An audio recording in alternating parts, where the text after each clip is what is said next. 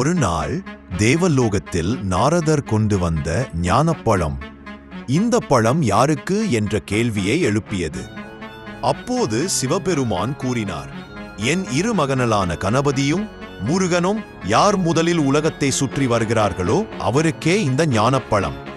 உடனே வேகமும் வீரமும் கொண்ட முருகன் தன் மயில் மீது ஏறி பூமி, வானம், கடல், மலைகளென உலகம் முழுவதையும் சுற்றி புறப்பட்டார். ஆனால் கணபதி ஒரு கணம் சிந்தித்தார்.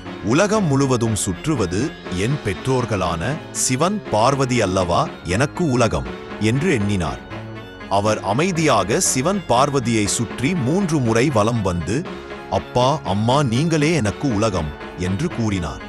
உலகை உண்மையில் உணர்ந்தவர் கணபதியே என்று சிவபெருமான் தீர்மானித்து ஞானப்பழத்தை அவருக்கு கொடுத்தார். உலகம் முழுவதும் சுற்றி வந்த முருகன் திரும்பிய போது இதைக் கண்டு மனம் வருந்தினார். அவர் பழனி மலையில் பழம் நீ, ஞானம் நீயே என்று தவம் செய்தார். அந்த நாளிலிருந்து முருகன் பழனி ஆண்டவராக, ஞானத்தின் வடிவமாக உலகம் முழுவதும்